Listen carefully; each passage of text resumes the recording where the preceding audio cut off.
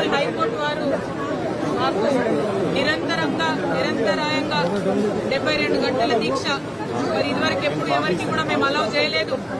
ఈసారి కూడా పర్మిషన్ ఇవ్వము అని చెప్పడం జరిగింది. అదేవిధంగా కోర్టు అయినా ప్రభుత్వమైనా మాకు నెక్స్ట్ 3 రోజులు కావాలంటే మీరు ప్రతిరోజు 10 నుంచి 4 వరకు నెక్స్ట్ 3 రోజులు ప్రొటెస్ట్ తెలియజెప్పండి అని చెప్పడం కూడా జరిగింది. అట్లా రకరకాల ఆప్షన్స్ మా ముందు ప్రభుత్వము అదేవిధంగా ఆనరబుల్ హైకోర్టు కూడా ఇవ్వడం జరిగింది. ఇందులో ప్రభుత్వం ఏముందంటే హైకోర్టు వారు మరి పర్మిషన్ ఇవ్వాలా వద్దా అని పోలీసు వారిని అడిగితే పోలీసు వారు స్వీకరించేటటువంటి పరిస్థితి లేదు. కోర్టుల పట్ల గౌరవాన్ని ప్రదర్శించాల్సినటువంటి పరిస్థితి కూడా ఉన్నది. కాబట్టి మరి మేమందరం కూడా ఇప్పటి వరకు నాయకులందరం యూపీఎస్ అందరం కూడా సమాలోచన చేసుకోవడం జరిగింది. మనం ఈ పోరాటాన్ని ఎవరు చేయనంత డీటెయిల్డ్గా ప్రతి ఒక్క సందర్భంలో కూడా అన్ని అంశాలను ఎత్తి చూపుతూ ప్రభుత్వం యొక్క తప్పులను ఎత్తి చూపుతూ మరి బీసీ బిడ్డల్ని జాగృతం చేస్తూ బీసీలకు న్యాయం జరిగే విధంగా పోరాటం చేస్తా ఉన్నాం. మరి ఇప్పుడు ఇవాళ కోర్టు మనకు అనుమతి నిరాకరించడంతో మేము ఇవాళ దీక్ష శిబిరాన్ని ఇక్కడతోని ముగించాలనుకుంటున్నాం. కానీ ఒక్కటి గుర్తుపెట్టుకోవాలి, ప్రభుత్వం ఎప్పుడైనా ఏదన్నా సందర్భం వచ్చి సింహం ఒక అడుగు వెనక్కేసిందంటే ఆలోచించి 10 అడుగులు ముందుకు వేస్తారు. మాకు కోర్టు యొక్క బంధం మా ముందరికాళ్ళ బంధంలాగా ఉన్నది. చట్టాలను గౌరవించాల్సినటువంటి బాధ్యత మాకున్నది. ఇదే సందర్భంలో మేము గౌరవనీయ పెద్దలు ఆర్ కృష్ణయ్య గారికి కూడా సలహా కోరినాం. అన్న మరి ఇట్లా కోర్టులో వచ్చింది, మరి ఇంకొక పక్కన మేమందరం సంసిద్ధమై ఉన్నాం, మంచినీళ్ళ బాటిల్ కూడా ఎంటర్ కాకుండా ఉండాలనేంత అకుంఠిత దీక్ష పుణ్యమంటే అన్న కూడా ఒక మాట అన్నారు. మరి ఇంకొక సందర్భం చూసుకొని ఇంకొక రూపంలో వెళ్దాం, ప్రభుత్వం మీద ఒత్తిడి తీసుకొద్దామని చెప్పి వారు కూడా చెప్పడం జరిగింది. మరి అందుకోసమనే ఇవాళ దీక్ష శిబిరాన్ని ఇక్కడితోని మేము ముగించదలుచుకున్నాం. పోరాటం మాత్రం అనేక రూపాల్లో ముందుకెళ్తుంది.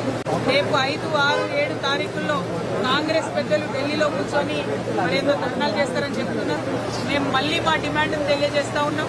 మీరు ధర్నాలు చేస్తే ఏమీ కూడా వచ్చేది లేదు, మీ ఊకదంపుడు ఉపన్యాసాలతో ఏమి కూడా సాధించేది లేదు. మీరు పోవాలంటే రాష్ట్రపతి గారి దగ్గరికి వెళ్ళండి, మీరు సుప్రీంకోర్టుకి వెళ్ళి కేసు వేయండి, మీరు సుప్రీంకోర్టుకి వెళ్ళి గవర్నర్ గారి మీద కేసు వేయండి. అప్పుడైతే ఆర్డినెన్స్ వస్తుంది, లేకపోతే బిల్లు వస్తుంది. ఆ 2 చేయకుండా మేము చేసినట్టే మేము ఇక్కడ ప్రతిపక్షాలుగా మేము ధర్నా చేస్తున్నాం. కానీ మీరు అక్కడ ఢిల్లీకి పోయి ఉట్టిగానే టైంపాస్ ధర్నా చేస్తే తెలంగాణ బీసీ బిడ్డలు క్షమించారన్న విషయాన్ని కాంగ్రెస్ పెద్దలకు మేము తెలియజేస్తా ఉన్నాం. మరొక రూపంలో మళ్లీ సమాలోచన చేసుకుంటాం. మీరు తాత్సరం చేస్తే ఈ సెప్టెంబర్ 30 లోపల ఎన్నికలు పెట్టాలనేటటువంటి ప్రయత్నం చేస్తే ఎట్టి పరిస్థితుల్లో ఆ ఎన్నికలు జరగకుండా ఎట్లా ఆపాలో మరొక మంచి ఆలోచనతో ముందుకొస్తామని చెప్పి బీసీ బిడ్డల పక్షాన్ని నిలబడి ఖచ్చితంగా లోకల్ బాడీల్లో 42% రిజర్వేషన్ సాధిస్తామని మరొకసారి తెలియజేస్తున్నాను. ఈ సందర్భంగా కొల్ల శివశంకర్ గారు ఒక 1 మినిట్లో ఏం కథ చెప్పాలి.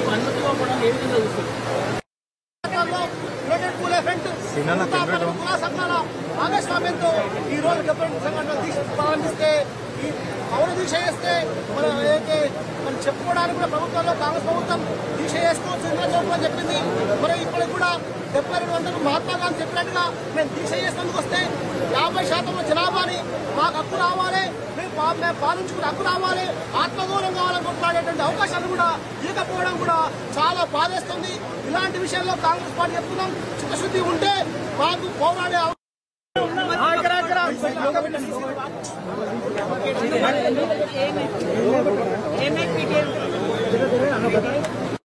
ఖచ్చితంగా విధానపరమైన నిర్ణయం తీసుకుంటారు.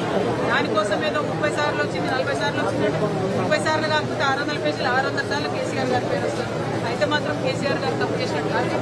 ప్రాజెక్టు కట్టాలనుకున్నారు, తెలంగాణ ప్రజలకు ఇచ్చాలనుకున్నారు, పొలాలలో గోదావరి తెచ్చిండు ఖచ్చితంగా, అందులో డౌట్ ఏం లేదు. అట్ ద సేమ్ టైం దాని వెనుక క్రిమినల్ ఇంటెన్షన్ ఉంది అనేటటువంటి నెపం నెట్టాలనే ప్రయత్నం చేయడం మాత్రం దుర్మార్గం.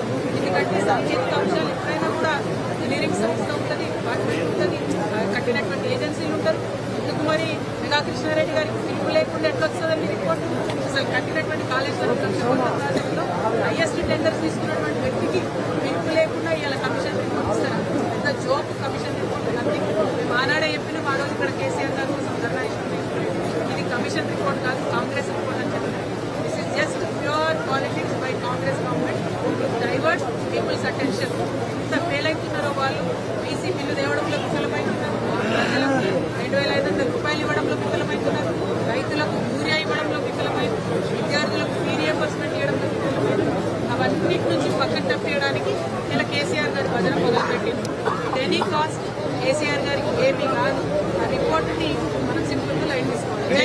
రెస్పాండ్ అయ్యారు, బీఆర్ఎస్ పార్టీ నాయకులతో భేటీ అయ్యారు ఎర్రవల్లిలో. ఫస్ట్ టైం రెస్పాండ్ అయ్యారు కార్యక్రమం మీద.